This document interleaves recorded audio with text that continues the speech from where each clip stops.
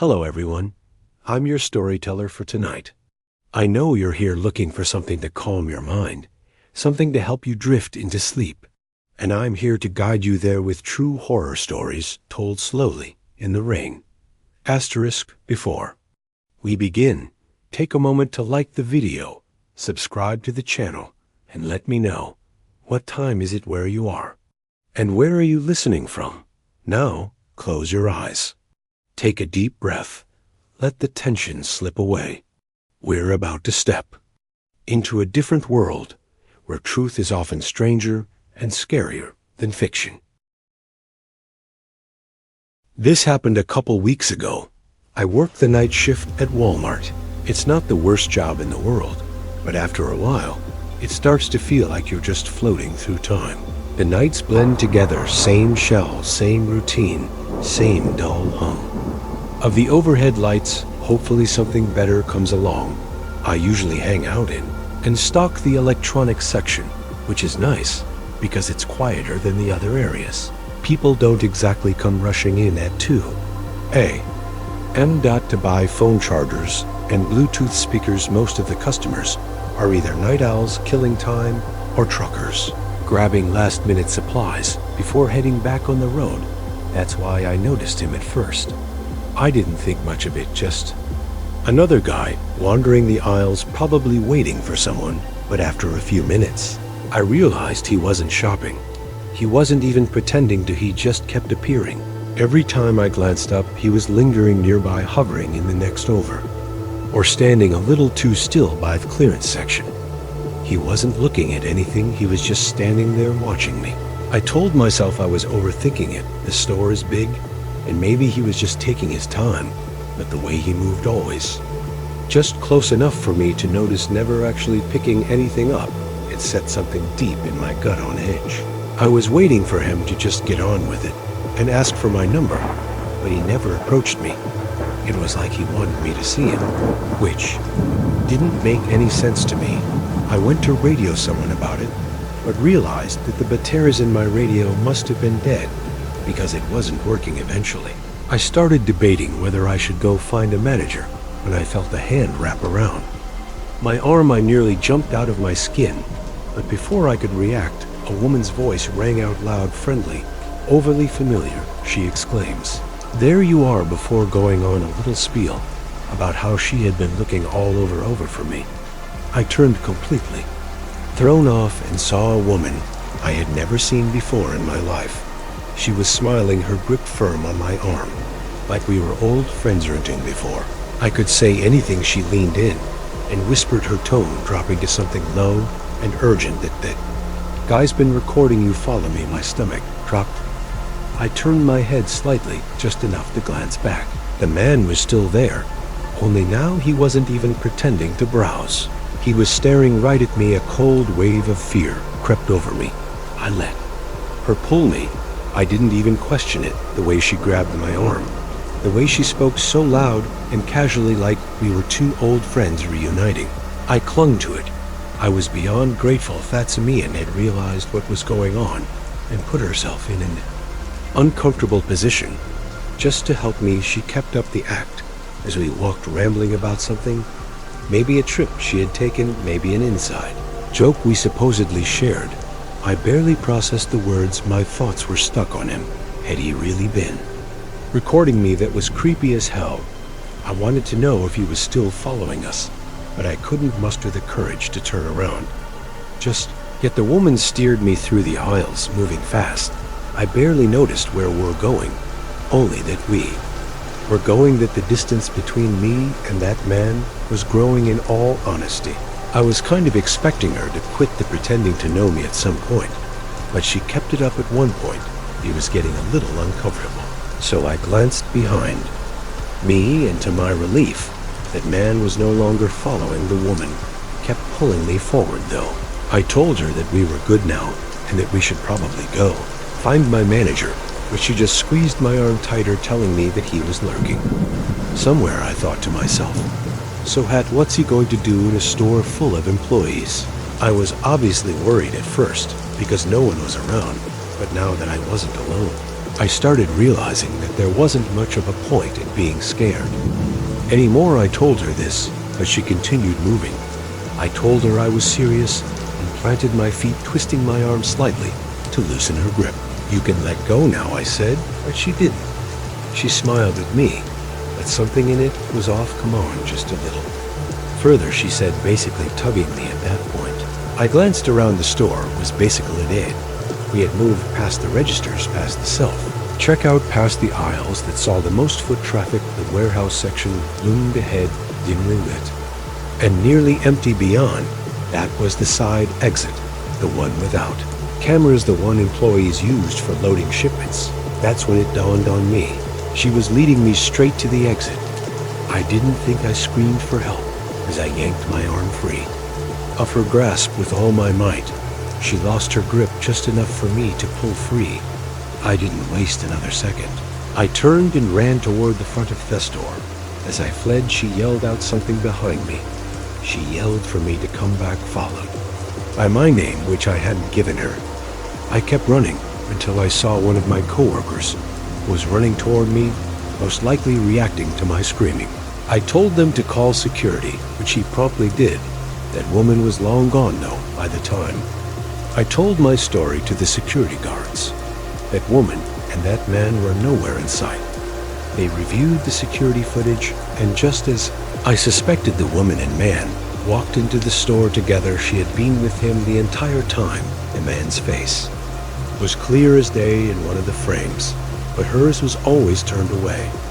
I had a feeling she was the mastermind behind the whole thing, so I was infuriated that the cameras hadn't picked her face up. Every second of it had been planned. The police got involved, and the whole thing went down as a failed abduction attempt. I'm still waiting for a resolution about it. That man should definitely be easy to track down, given his face was caught on camera.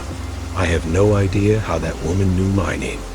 That's what terrifies me the most. Those people hadn't just picked me at random. I was a direct target. To immediately go to the nearest room and lock and barricade the door, stay low, and stay quiet.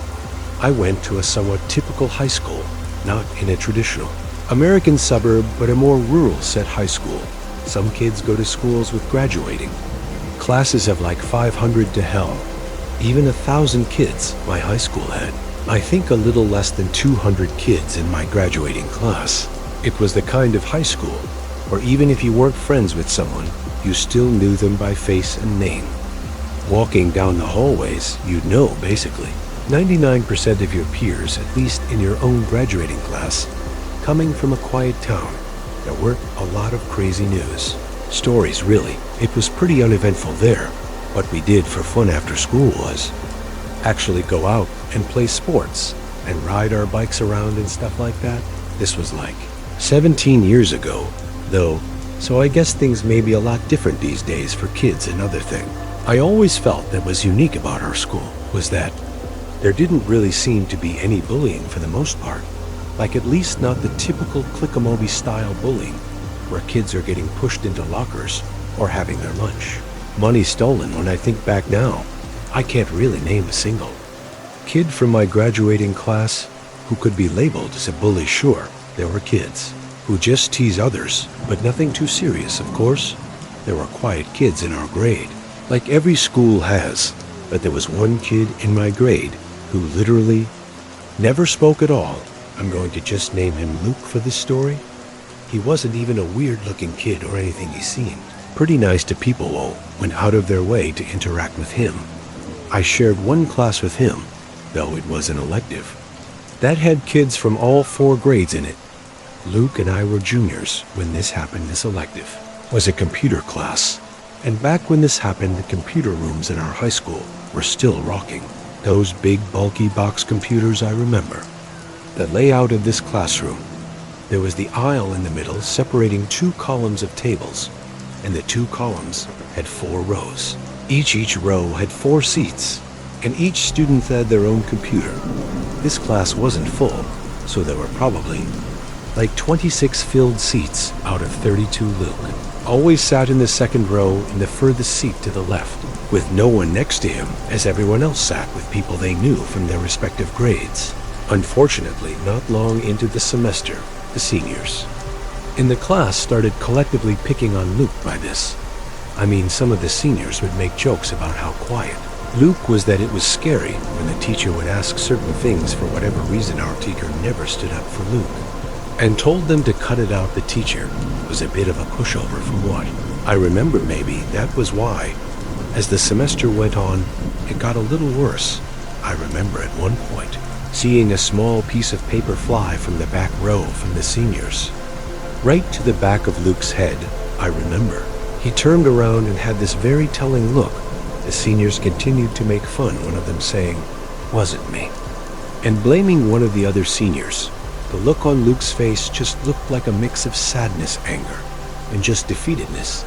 I genuinely felt bad, but I didn't get involved. Eventually, one day, I saw Luke sitting on a curb not far from the high. School after school ended one day. I passed by him as I was walking to my car. I have an early birthday, so I was driving around halfway through junior year. Given we were in a quiet area, no one was exactly walking distance from school, so I did the right thing and said, "What's up?" and asked if he needed a ride home. His face literally lit up a bit as he said yes. We walked to my car, and from there on, he guided me to his house. It was about a 10-minute drive to his house. We talked a lot during that car ride. I told him he should just ignore the seniors in our computer class. I said, "They're a bunch of deadbeats anyway," he said. "They're not the only ones that he's sick of." He implied that he deals with people picking on him in multiple classes, which honestly made me feel pretty terrible for him. In those 10 minutes, I felt like I learned a load about Luke and got to know him as a person just a bit, and he seemed like a decent kid. As I dropped him off, I made a comment to him about how close we lived, and then we said goodbye every day in class after that. We'd say hey to each other, but admittedly, I unfortunately never got involved. Whenever he got picked on, well, one day, Luke didn't show up to class. Computer class was 4th period.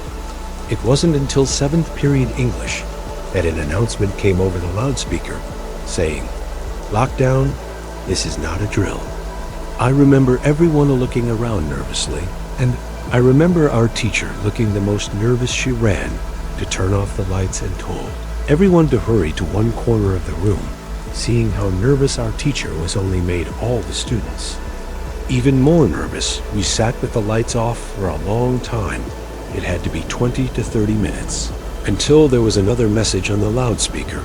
It was the principal explaining that there was someone in a mask carrying a black duffel bag trying to get into the school.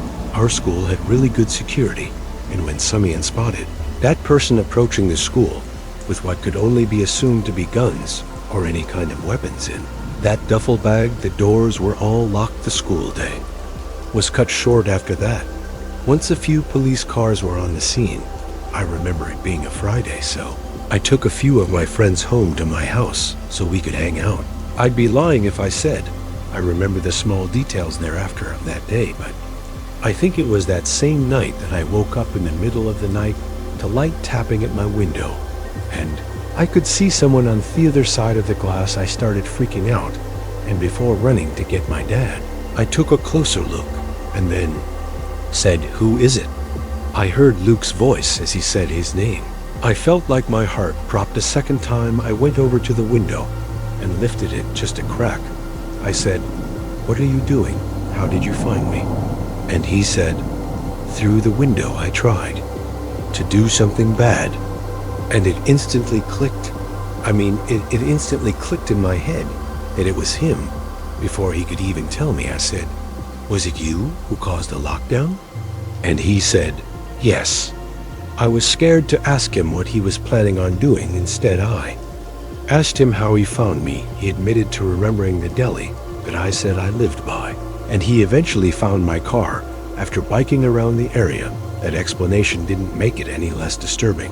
Luke asked me if he could come in and talk about what he planned on doing, and I said, "No, I cannot let him in, nor can he hear what he planned on doing."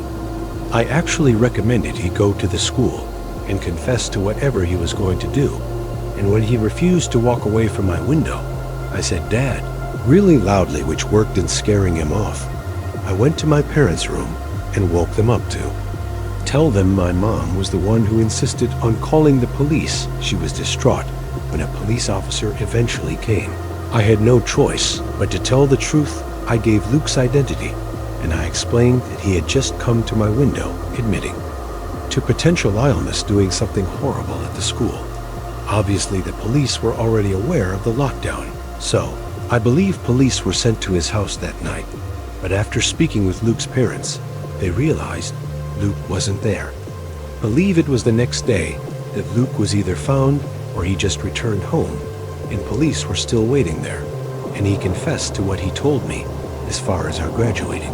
Class knew Luke was charged with something like making a terroristic threat. I know he did time, and I know he's been out a long time, to be honest. I don't really know if he's still around. Part of me always wanted to feel bad for Luke, witnessing how loneliness and getting picked on can probably eat away at someone. He followed me and came to me simply because I showed him an act of kindness, something I unfortunately believe nobody else showed him. Still, the fact that he admitted to bringing a gun to school with a mask on, even if he didn't admit to intending on carrying out the implied threat, I can't fully believe he simply came to the school with a gun just to scare people. I think he for a split second had a horrible plan and got cold feet and regretted it. I just hope Luke eventually got the help he needed. I used to work the night shift at a gas station, SLC, convenience store off of quiet stretch of highway. I say used to because after what happened to me a few months ago, I won't work a night shift again. It's a small station, the kind that barely gets any business once it gets late. Most of my shift was spent restocking shelves, wiping down counters, and occasionally ringing up a trucker or traveler passing through. I remember the whole thing vividly. It was just past 2:30 in the morning by then. Even the truckers had mostly dried up, and I was left with basically nothing to do. I scrolled mindlessly on my phone, trying to kill some time. At one point, I stepped outside for some air, rubbing my hands together against the cold I exhaled, a few times watching my breath disappear in the cold. The parking lot was empty, just the pumps. The road and the dark stretch of trees beyond the neon sign flickered faintly, and I remember it being hazy out, like you could literally see the moisture in the air, even with the highway not too far off. It was pretty silent out there. Right as I was about to walk back towards the store, I noticed something move out of the corner of my eye. I whipped my head around and realized that there was a person standing behind one of the pumps. How had I not noticed him earlier? He was wearing a dark red hoodie with a hood up, and he had both hands shoved in his pockets. There wasn't a car in sight, so he obviously wasn't fueling up. The only thing was, he didn't seem to be heading towards the store. Either he was just standing there, half turned toward the store, like he was watching me at first. I figured maybe he was waiting for someone, but something about the way he moved rubbed me the wrong way. He wasn't. Of shuffling about in this circular pattern, I entered the store, but made sure to keep an eye on him through the glass. I kept track of him while pretending not to, hoping someone would drive up and pick him up or something. But after a few minutes, he started walking toward the door, slow at first, then suddenly pushing inside, like he made up his mind all at once. He walked up to the counter, but didn't say anything right. Away just stared at me, like he was sizing me up then, in a rushed, almost rehearsed way. He muttered Redfit his car had broken down just before the pumps. He said he needed a jump, or maybe just a little gas, to get to the next town. I was literally shocked. He wasn't even trying to make his story believable, like I couldn't believe actually expected me to buy his BS story. I offered to call a tow truck instead. No, he said, too quick, shaking his head. He just needed a flashlight, maybe some help checking under the hood. Something was definitely off, that much was true. The way he spoke, the way he watched my reaction, it felt like a test, to be fair though. People walking into gas stations at that hour are usually a little strange, and I started wondering whether he actually needed help and was just an odd person. Or on something I asked him where his car was parked, and he told me it was just beyond the highway entrance. I was obviously skeptical, but then he pointed at the monitor behind me. I turned to look at the screen, and to my surprise there actually was a car parked out there. I thought to myself, oh crap, maybe this guy really does need help. And that's when it hit me. I had literally just been outside, and I would have remembered a car parked out there. I glanced back at the monitor and saw the slightest movement near the car's back bumper. Someone was crouching, just out of view. A cold wave of dread hit me. I forced a casual smile and agreed to help the guy, but not before telling him I needed to grab my phone from the back office. I turned, slowly, not wanting to spook him, but the second I was out of his direct sight, I slammed my hand onto the emergency panic button under the counter. The alarm went off, instead the screeching through the store. I expected him to attack me, but what he did instead was even more unsettling. His nervous energy disappeared. No more fake urgency, no more shifting from foot to foot. He actually relaxed. His whole body language shifted, and then he smiled. Not a panic smile, not an embarrassed one either. A slow, knowing grin, like he had all the time in the world, like this was amusing to him. I was in shock. I didn't even have time to get physical with him. In one fluid motion he turned and bolted. I ran to the monitors just in time to see both of them take off, not toward the car, but into the woods behind the station. The car just sat there, engine off, headlights off, no one inside. By the time the police arrived, it was exactly as I saw it. The car was still there, but the men were gone. No footprints leading away, no sign of them anyway. And then one of the officers pointed something out, something I hadn't noticed before. The front passenger door was open. There had been a third person inside. The whole time the police took my statement down, I turned over the surveillance footage, and that was that a few days later, they followed up with me. They had the car towed and ran the plates. Turned out it had been reported stolen nearly a week earlier, over 100 miles away. No one had come forward to claim it. No reports of missing persons, no other crimes linked to it. Just an abandoned vehicle in the middle of nowhere with no explanation. It was months ago and still nothing. I don't know why convenience stores are such popular targets, but I can say for sure that I will never work another night shift again. My buddy Mike has a beach house on the Jersey Shore. Calling it a beautiful property would be an understatement. It's magnificent, or at least as someone who never came from much, that's what it feels like to me. I obviously don't know the history too well. It's not my family's house after all, but from what I do know, that house has been in their family for generations. Mike's grandparents had been trying to house it as their permanent place of residence for the longest time, but unfortunately, they recently passed away without anyone living there anymore. The house is dormant most of the time, since most of Mike's extended family lives on the West Coast, and his parents are too busy to make good use out of it, the upside to an otherwise sad situation, though, is that Mike is essentially allowed free access to it whenever he wants. I'm pretty sure it was Mike's dad's intention to rent the house out to try and make some extra cash, but as far as I know, the gears aren't exactly turning on that one.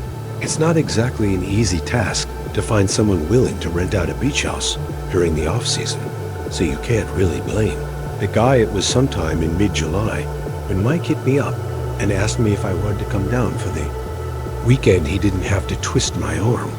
I had nothing going on, and the thought of kicking back at a beach house, especially one that was nice, wasn't easy. Yes, his plan was simple.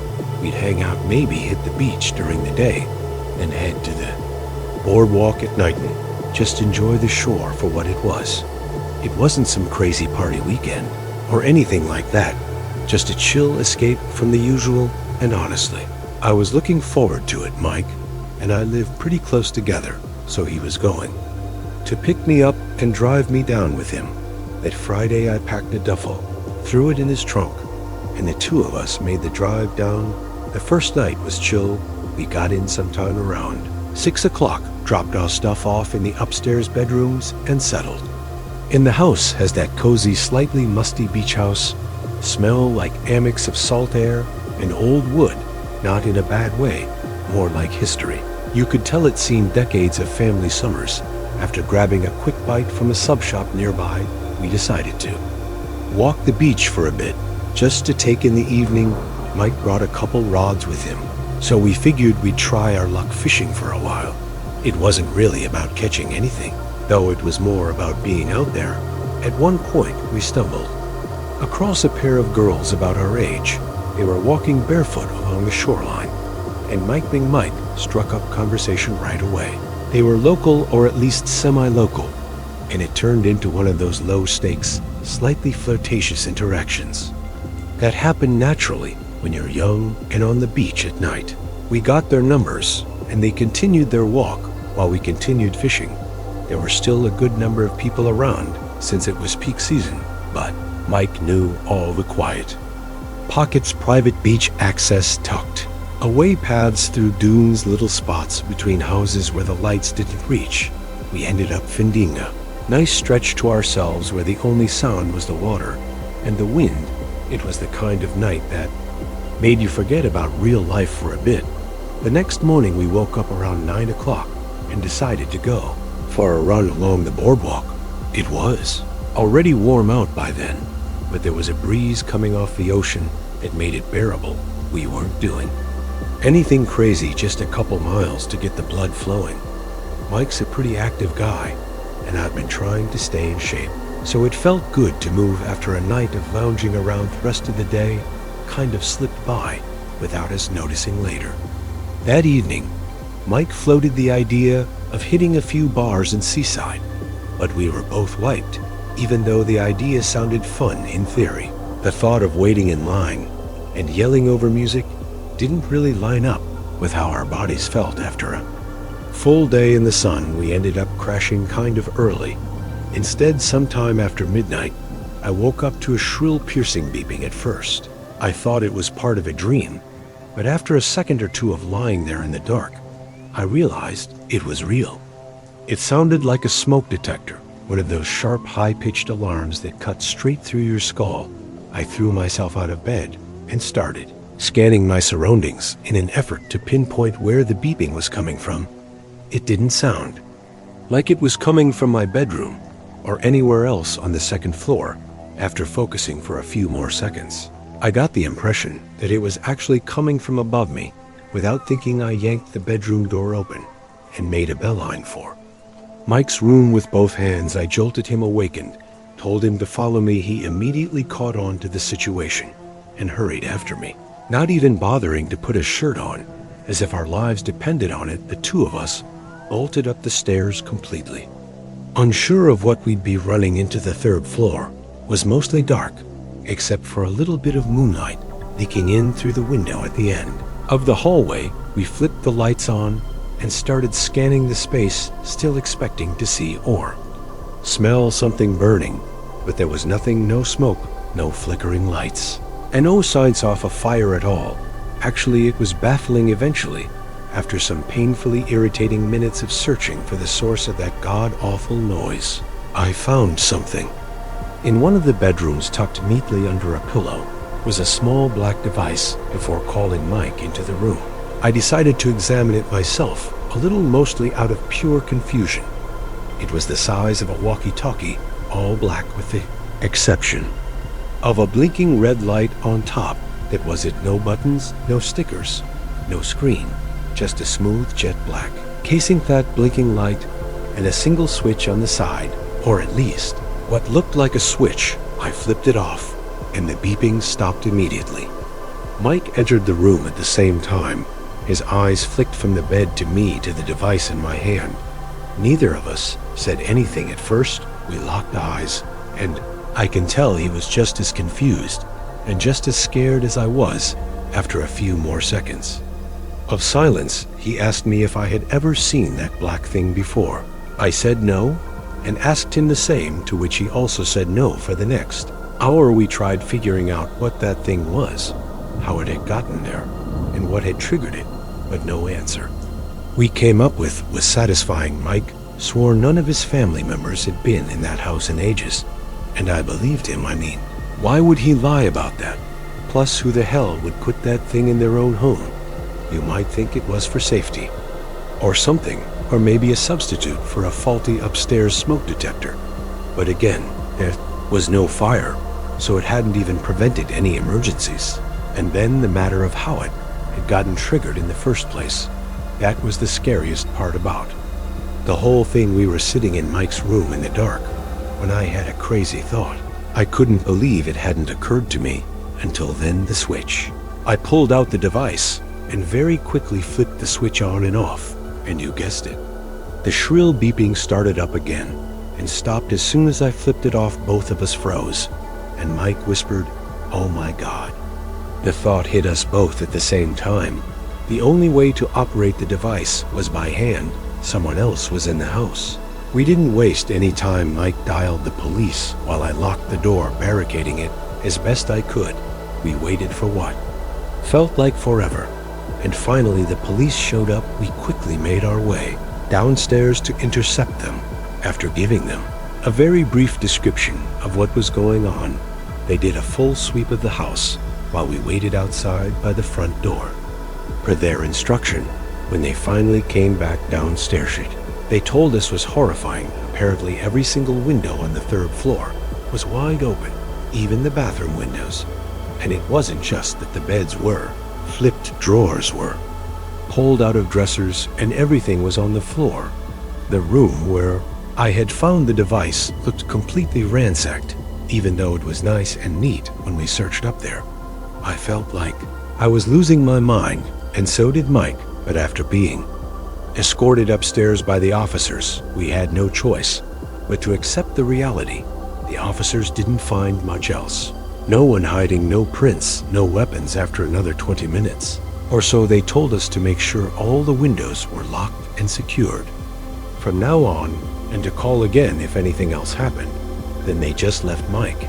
I didn't feel safe being in that house after someone probably crazy or on drugs had messed with us like that in such an unexplainable way too. But we had no choice. We told ourselves we'd sleep there the rest of the night and leave early in the morning. And that's what we did. Luckily, whoever had been in the house must have left because nothing else happened throughout the night. There are still parts of this night I can't explain, and I can only imagine what Mike must be feeling. For all we know, whoever had been in that house that night might have never left. My name is Cadence. I work the closing shift at a small dive bar in the quieter part of my town. The place is right off the highway, but the parking lot also has a back entrance that's available to the general town. It's nothing fancy, just a dimly lit spot where the regulars know each other by name, and the jukebox has been playing the same rotation of classic rock for years. Most of our customers are locals, truckers passing through, and the occasional lost tourist looking for a stiff drink. I like it though. The routine is predictable. The tips are surprisingly decent, and I've learned how to handle the usual bar crowd. The talkers, the flirters, the quiet drinkers, and the ones who just want to be left alone. Weekends are obviously a lot more hectic, but the thing about working during the week is that I'm expected to work my night shifts alone. I don't even get a bar back to pop in now and again. Yeah, it's obviously easier work and slower during the week, but I miss the company of my coworkers. I tend to be pretty vigilant during my shifts because we do get the occasional bar fight considering the kinds of crowds we attract. That's why I clocked the guy immediately. It was sometime after 1 o'clock in the morning on a Tuesday when he walked in. If I had to guess, I'd say he was in his late 40s, but he was extremely clean cut and well groomed. Not the kind of looking you'd expect from a guy his age in an area like this. He was wearing a black turtleneck underneath, black trench coat, definitely well dressed, but casual about it. I'm not sure how to explain it, but he had this aura of sophistication on him that makes you think of money. Real money, not the loud look at me kind. He glanced around slowly before walking swiftly over to the bar and taking a seat. I also remember him having oddly good posture, but that's neither here nor there when I walked over, he glanced at the bottles behind me and ordered something top shelf without hesitation as I was pouring his drink. He asked me if I liked working here with a smile on his face. It was a normal enough question, so I answered him honestly.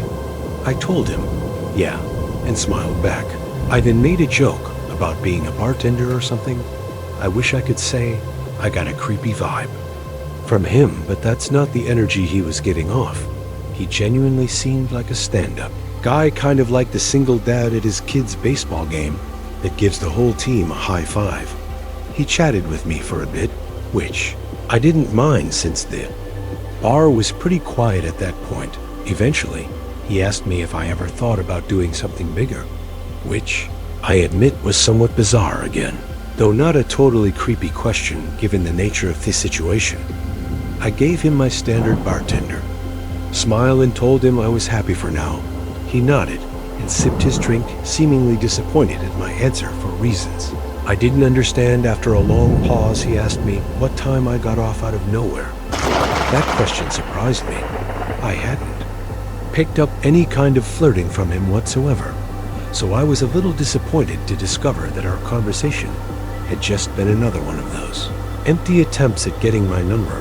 I smiled and gave him a vague answer, trying to brush him off in a friendly way without seeming uptight before he could answer.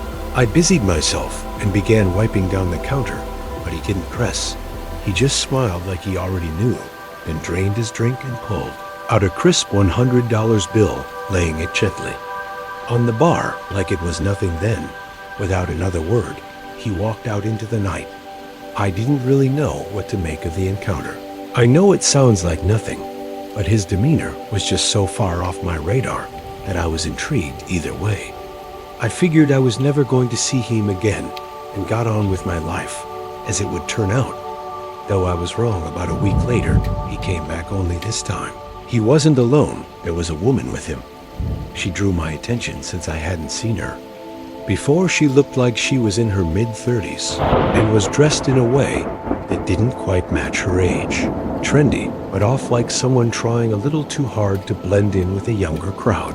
I watched her closely as the two of them approached the bar. Everything about her seemed calculated, from the way she smiled too easily to the way she leaned against the bar, like we were already friends. As I was setting down napkins in front of them, the very first thing she said to me wasn't a hello or a drink order, but a compliment. She put on this overly joyful smile and said, "You're so pretty." Her fingers brushed against my arm as she said it, lingering just a second longer than normal. I laughed and thanked her, but I could instantly tell that something was off about this woman. The man didn't speak, which I thought was also a little strange, given that he had been so talkative last time. They ordered drinks and poured them, and that's when questions came flooding in. The woman asked me how long I'd been working here, along with how old I was, and a bunch of other small talk questions like that. I answered in short, polite sentences, but I got the sense that this wasn't small talk. She was studying me. At one point, she looked over at the man, and it seemed like they were communicating. Despite not speaking, she looked back at me and told me that she ran an exclusive event club. She leaned in a bit as she said it, lowering her voice as if to prevent her being overheard by another patron. She told me that she's always looking for young, fun people for private parties, and that I'd make a killing 10 grand for a weekend. I let out a small, forced laugh and told her it sounded too good to be true. She insisted that it was real and told me that a bunch of girls like me worked for them. Her smile never falls altered at any moment, which was starting to creep me out. She steered the conversation back to the job, circling around the same words: fun, safe, exclusive, and casually. She said, "You should step outside for a second. There's someone who can explain it better." My pulse kicked up. I wasn't playing around at that point. I didn't even bother pretending like I wasn't creeped out. "I'm good," I said in a firm voice, no smile on my face this time. Just then, a group of customers walked in, laughing and talking loudly. The woman's expression changed in an instant, her friendly mask slipping just slightly before she turned to the man beside her.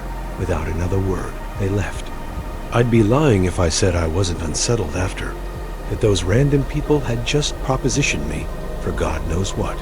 I told my coworkers and my boss about the situation, and we all agreed to keep an eye out should those people return. My boss assured me that he was always a 15-minute drive away should I need him, and the bar security cameras were typically enough to deter any misbehavior. There wasn't really much I could do beyond it. It's not like those people had done anything illegal. I tried to push it out of my head, but a few nights later after closing, I saw the car. It was parked across the street, engine off, just sitting there. I tried to tell myself it was nothing, but the feeling of being watched crawled over my skin. Like static as I walked to my car, I kept my head down, my keys clutched tight in my hand when I pulled out of the lot. I checked my mirrors. The car followed. It stayed back just enough to avoid suspicion, but every turn I made, it was still there. I took a random turn onto a side street, and it followed another still there. I started freaking out internally. I knew it was them. I forced myself to stay calm, to think. Without hesitating, I navigated and pulled into the parking lot of a police station, gripping the wheel so tightly, my knuckles practically turned white the second. I pulled in the car, sped off. Nothing happened after that for a while, but I knew it wasn't over. It turned out I was right. It was a slow weekday shift, barely anyone coming in by midnight. I was wiping down on the counter, half thinking about closing early, when the door creaked open. It was the woman. Immediately sent my boss a text as inconspicuously as I possibly could. I looked back up, and the woman was staring at me with that same artificial smile. She walked slowly to the bar and sat down with her hands folded neatly. I was debating just telling her to leave when she said, "Thought I'd come check on you." My stomach started twisting, but I did my best to hide it. I told her we were about to close and that she had to leave, but she made this pouty face and asked for just one old-fashioned. I thought about denying her, but I figured pouring the drink would stall her long enough for my boss to arrive, so I turned around and started trying to keep my cool. And then I heard the soft, unmistakable click of the front door shutting. I whipped around. The woman was gone. I felt this awful pit in my stomach as I stepped toward the entrance. Through the glass I saw a black van idling just outside. Without thinking, I locked the door as quickly as I could, but then metal rattling from the back door. Someone was trying to get in. I didn't think. I grabbed the heaviest thing I could, a metal shaker, and clutched it like a weapon as I dialed 911 with my other hand. There was no way the police would get there in time, so I thought about making a run for it out the front door. But I didn't. For whatever reason, I was bracing myself for a fight when I saw headlights pulling into the lot. It was my boss. The sounds on the back door suddenly stopped, and a few seconds later, the van pulled out of the lot with a screech. I embraced my boss and told him what had happened, and he said he had gotten the license plate of the van as it was leaving when the cops arrived. My boss reviewed the security footage with them. It was worse than I had imagined. Just before the woman left, the cameras had captured two masked figures crouching near the front door waiting. There was another person in the back who was banging on the door with his fist, clearly trying to flush me out to the front. It was downright horrifying. To make matters worse, the plate number my boss had caught turned out to be unregistered. It's been quite a while since this incident, but no progress has been made. The only good news to come out of the whole thing is that my boss doesn't make me work alone anymore. Despite that, I'm still extremely uneasy anytime I'm scheduled for a night shift. I still question how they knew I'd be working alone. It doesn't make any sense even now. Often think about what would have happened had I given in to fear and run out the front door. So this happened not long ago. I live on the outskirts of Philadelphia, where it's me, my son, and my stepdaughter. I say stepdaughter as I've taken my best friend's daughter in legally around 2016. My best friend Joanne was murdered by her husband. He ended up making national headlines and was convicted of 5 more murder cases. He's facing 3 consecutive life sentences with no parole now. I'm a middle school teacher at my son's school. He's the year below what I teach my stepdaughter.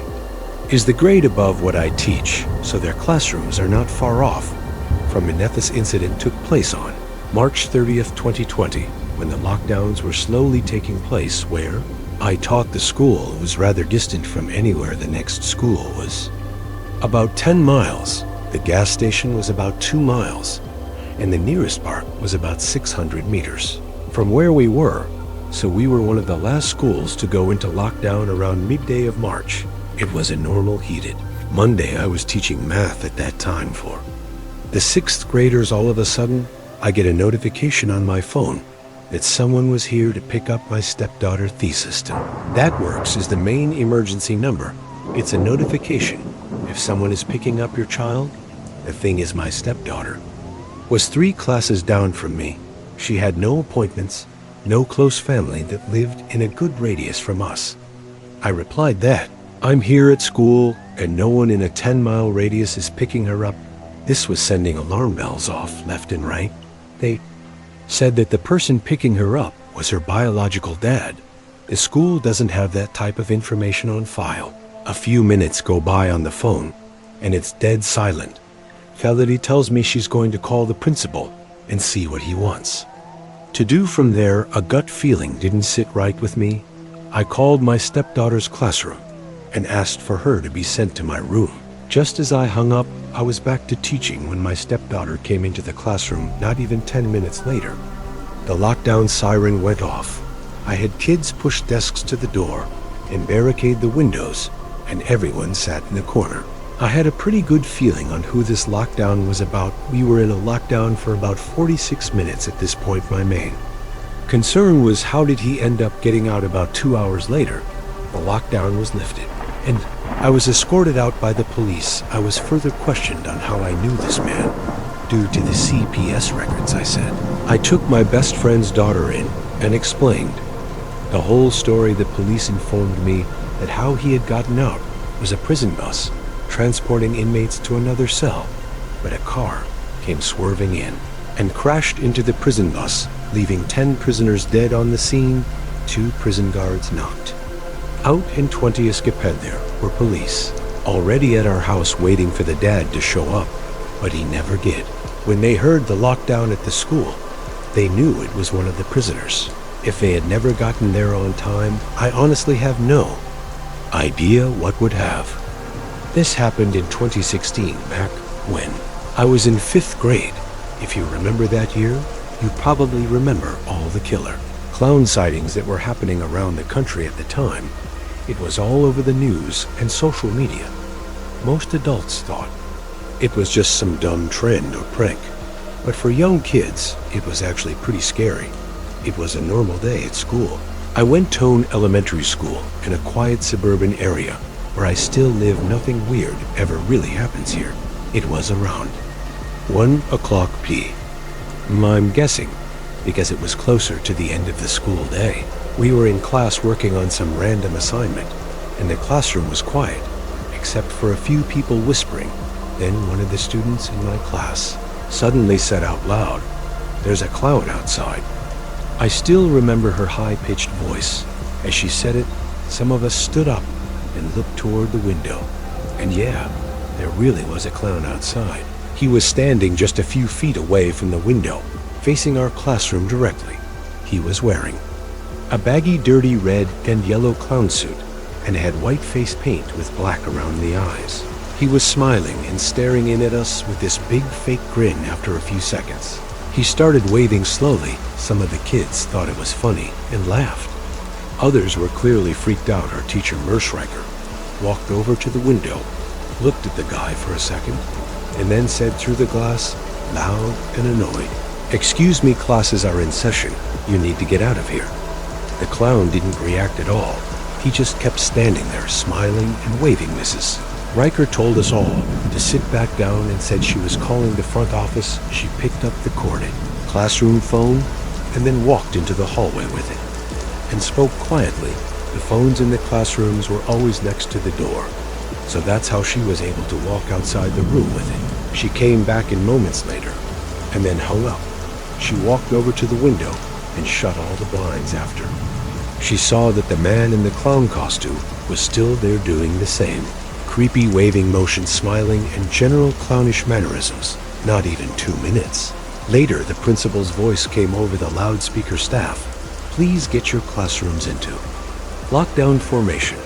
There was a sense of urgency in the voice that, looking back, was probably to alert the teachers that it wasn't a drill without causing all the kids to go into a panic. That's when it got serious. Mrs. Riker rushed to turn off the lights and told us all to get under our desks. She pulled the door shut and locked it. Everyone was quiet. Some kids were giggling, but others looked scared. I was definitely scared. We stayed like that for what felt like forever, but it was actually about 30 minutes. Nobody knew what was happening, but eventually the principal came back on the loudspeaker and said the lockdown was over and that the situation had been handled. Apparently school security had confirmed that the clown was gone. They didn't tell us anything else. Classes went on like normal for the rest of the day. It felt weird. Everyone was talking about it during dismissal, but the teachers didn't say much then after school. I was walking home with my friend Chris. We lived in the same neighborhood, just a few blocks away. While we were walking, a couple of 5th grade girls behind US suddenly ran past us, looking panicked. One of them said, "There's someone in the woods." We stopped and turned around behind the school. There's a small patch of trees. It's not deep woods or anything, just enough to separate the school from the street behind it. And standing just barely out of view, near the edge of the woods, was the clown again. Same dirty outfit, same painted face. He was half hidden by the trees, but he was clearly waving. And he wasn't just waving at random. He was doing it slowly, directly at the girls who had just passed us, like he was trying to call them. Over Chris and I didn't say anything. We just ran. I didn't know what happened after that, but I told my parents as soon as I got home. They called the school, and later I heard from another kid that the police were called again and patrolled the area, but they never found anyone to this day. Nobody knows who that guy was, and I don't know if he was just trying to scare some kids or if he were planning something worse. But what freaks me out the most is that he came back after the lockdown, and he waited hidden in the trees, watching kids go home. This happened a decent while ago, back when I was 22. Enough years have passed to the point where I feel safe talking about it. I was fresh out of college with a desirable job and minimal expenses since I was living in my childhood home with my parents. Imagine that, racking up considerable savings without having to worry about food or a place to sleep, and all the while having full access to the room. I grew up in my car and all my hometown comforts. It's safe to say I was living in pure bliss. Believe me, I knew how lucky I was to have parents who allowed me to stay at home and rent free. I know a lot of people don't have that option, so it's something I never took for granted. But not everything was as stress-free as you might think. What I'm about to tell you happened not even 1 month into my time. I've never been what people my age like to call a party girl. I don't drink excessive amounts of alcohol. I don't spend every ounce of my free time at clubs, and I definitely don't allow men to dictate my life in any way. That's just how I was raised. My father is the most important man in my life, and hookup culture disgusts me because of all that. My life is pretty routine. Wake up, satisfy my caffeine addiction, go to work, go to the gym, read a bit of my book at home, mess around on my phone, and go to sleep. Weekends are for hiking, mini road trips, board games, and whatever else I decide I want to spend my time doing. But one random weekend, my closest friend from college, Lindsay, invited me and our other 2 friends, Sabrina and Thea, to spend a few days at her family's beach house. I'd never been, but from the way Lindsay talked about it, the place sounded like a dream. Quiet, tucked away from the touristy chaos. On its own private beach, and just a short walk from the water. To put it bluntly, Lindsay's family is loaded. I think both her parents were neurosurgeons, so I had a feeling her beach house would be insane, and I was far from disappointed when I first laid eyes on it. I was Eric. Look, I'm no architect, but I know a modern-style house when I see one. And Lindsay's must have been ultra-modern, because it looked more like a covert, military-safe house than a personal home. I'd love to show you guys pictures of it, believe me. I've got plenty, but out of respect for Lindsay's family, I think that would be in really poor taste, even if what I'm about to tell you didn't happen. The four of us unloaded our stuff and decided where we'd be sleeping. Lindsay obviously had enough individual bedrooms for all of us to occupy, but what would be the fun in that? Instead, the four of us stayed in the same room, one of the kids' bedrooms that had 2 sets of bunk beds and its own attached bathroom.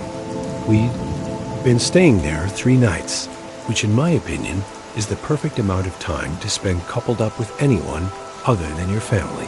I tend to be relatively irritable, so anyone who's not clean or polite tends to tick me off pretty easily. Not that any of my friends are, but you know how it is, I know. I told you about my relatively boring lifestyle already, but if there was a time to drink, it was that weekend with my friends, so I definitely planned on letting loose a little more than I ordinarily would. We wanted to keep the first night pretty chill though, so we walked down to the private beach connected to the house and sat in the sand stargazing. The four of us were drinking White Claws and listening to house music on Sabrina's speaker when we noticed something in the distance.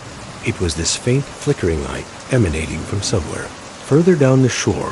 The four of us quieted down a bit and watched the light flicker on and off. The sight was kind of hypnotic, as eerie as it was. After a while, it became clear that the light was swinging back and forth like a handheld flashlight someone was walking with, and soon after we realized that's just what it was.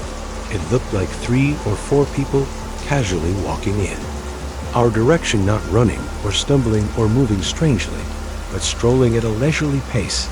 As they got closer, we started hearing the sound of laughter, which caused all of us to relax a bit.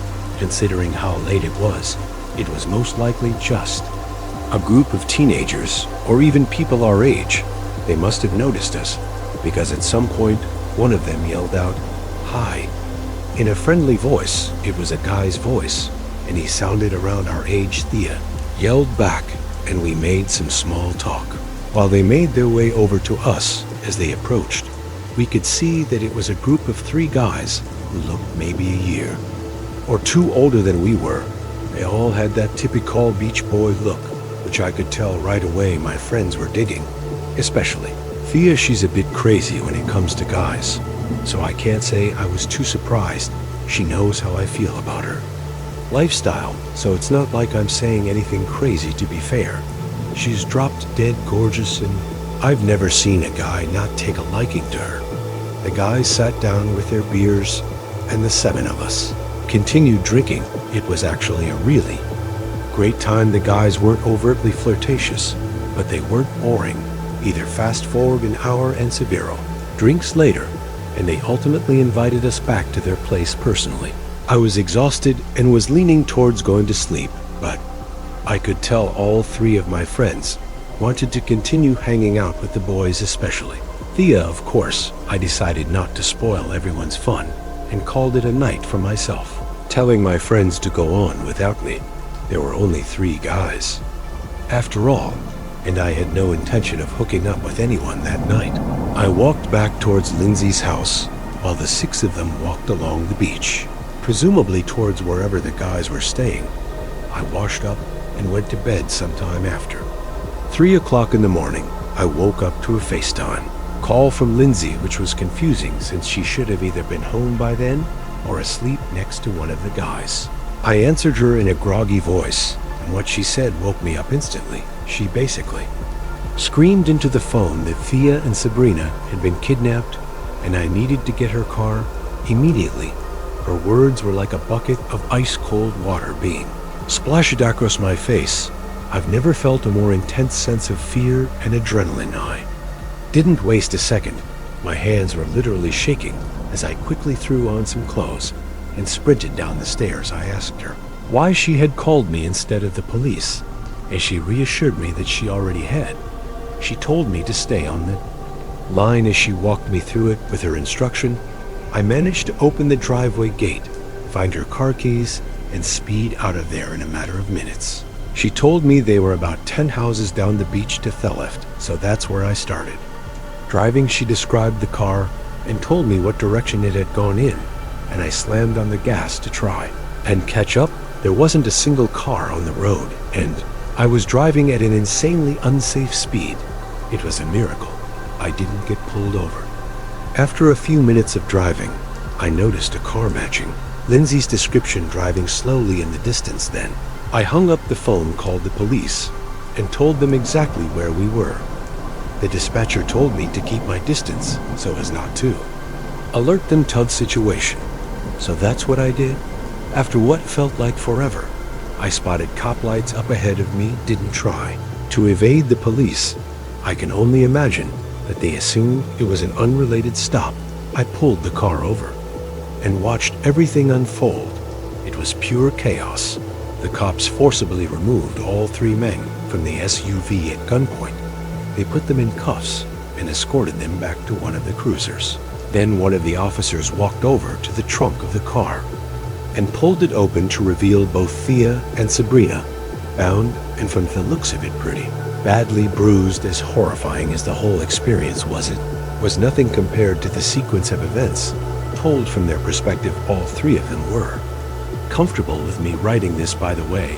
We're still close in contact, so I obviously asked them, but none of them wanted to write it themselves, and for good reason. To keep things short, after I went to bed, they all continued drinking. Lindsay is the only one who remembers things clearly, since she was trying to be at least a little responsible, given it was her family's house we were staying in. At some point, the guys, Thea and Sabrina, were suggested they all go to bed, so the 4 of them split off, while Lindsay told the 3rd guy she was going home. He was really upset about that, which Lindsay initially thought was because he wanted to get with her. She told him she would have been down, but had to watch her house, and he got angry. They yelled at each other for a bit, and he ended up telling Lindsay to get the hell out of his house and never come back, which she was more than happy doing. Halfway home, though, she realized she had forgotten her purse, so she went back to get it. That's when she saw the guys throwing Thea and Sabrina into the back of the car. Before driving off, she called the police and me, and that was that Thea's parents are both lawyers, and they jumped through dozens of hoops to do 2 things: keep the event as far away from the public sphere as possible, and make sure those guys got maximum prison sentences. They accomplished both. Turns out, the house they were staying in didn't even belong to them. It was owned by some random old couple who were on vacation in a different country. That, plus the slew of other crimes they were charged with, put them away for a long time, although I still think there's no sentence long enough that can properly compensate for what they did. As much as I hate admitting it, this traumatized me for years. I couldn't do beaches late nights or talking to strangers, no matter how harmless they seemed or how safe a situation felt. I became antisocial and drifted away from the girls for a little. But luckily that's since changed. I can't even begin to imagine how this incident affected Thea and Sabrina. Part of me feels like not remembering anything is a blessing in disguise. I think the craziest part about the whole thing is the fact that had I not gone home, I might not have been able to reach Lindsay's car in time, and had it not been for that, the police may have never found those guys' car. This happened a few months ago, back in the spring. It was that strange in-between period of my life. Just graduated, no real responsibilities yet, and way too much free time. I'd finished school a semester early, which seemed like a great idea when I was drowning in assignments. But once I actually had all this free time, I had no clue what to do with it. That my full-time job wasn't starting until June, and most of my friends were still busy with classes or finals. So until then, I was just floating, feeling like I was stuck in the gap between 2 phases of my life. It was actually really discomforting and made me feel worthless. I'm someone who always needs to be doing something productive, so just sitting around for days on end watching time pass was killing me. That's probably why I said yes when my mom asked me to check on my Uncle James's beach house. It was an easy favor. Drive down to Brighton Shore, make sure nothing was leaking or damaged, and do some small maintenance to save James the cost of hiring someone. Oh yeah, I should probably mention that I'm from Oregon, and James's house is in Washington State, so the drive's not so bad, just a little over 2 hours dot. The house is massive, the kind that comfortably holds my entire extended family every summer. 25 of us packed into one place, playing games and drinking too much. Those two activities are honestly the only distinctive things about our family. This house isn't exactly on the shoreline, but it's not too far from the beach either. It's nestled in a quieter neighborhood, lined with tall beach grass and winding roads. Fast forward to some random day of the week that I honestly can't even remember. I think it was like a Thursday or something. I left in the late afternoon, which in hindsight was probably a dumb idea. The drive was pretty chill. When I got to the house, everything seemed normal. I made my way inside and ran through James's checklist.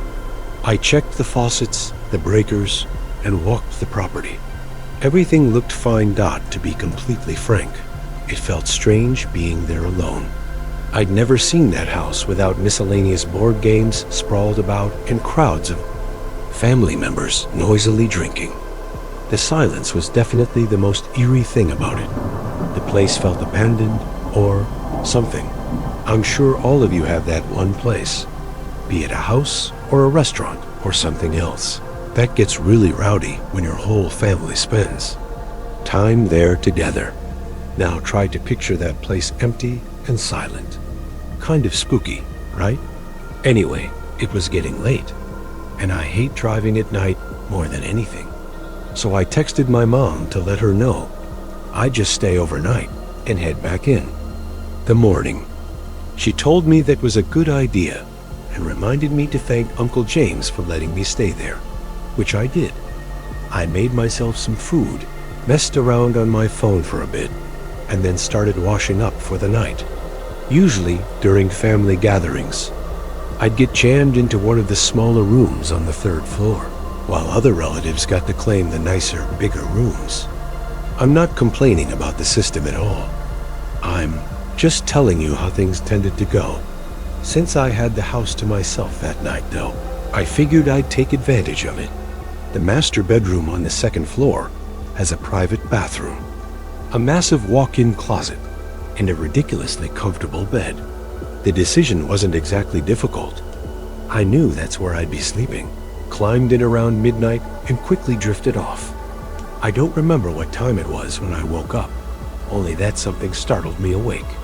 I was still a little groggy, but I was dead sure a sound had just come from the closet, like something had fallen in there without making any noise. I craned my head to look at the closet. Even that small action sent my heartbeat racing. My mind was awake, but my body refused to move, like some kind of sleep paralysis without the paralysis. I could move. I just didn't want to. I didn't want to find out if there was something. In that closet, I squeezed my eyes shut and told myself to go back to sleep. And I almost did, but the literal second I started drifting back into sleep, I heard it. A muffled thump from inside the closet. I squinted my eyes just a smidge and tried convincing myself I'd imagined it, but I knew I hadn't. As if overcome by some invisible force, I laid there in complete paralysis with no control over my body whatsoever. Not like before. This time it was real. I couldn't move even if I wanted to. Until that moment, I didn't truly understand what it meant to be frozen in place. I listened in horror as the closet door slowly creaked open. Through barely open eyes, I watched as a dark figure stepped into the room. It just stood there beside the bed, motionlessly watching me. Maybe 20 seconds passed, each second feeling impossibly long. Then, silently, it turned and left the room. Stayed completely still, barely breathing. The footsteps moved across the floor, but instead of heading downstairs like I had expected them to, they actually creaked upstairs to the third floor. My stomach churned. The only staircase led up there.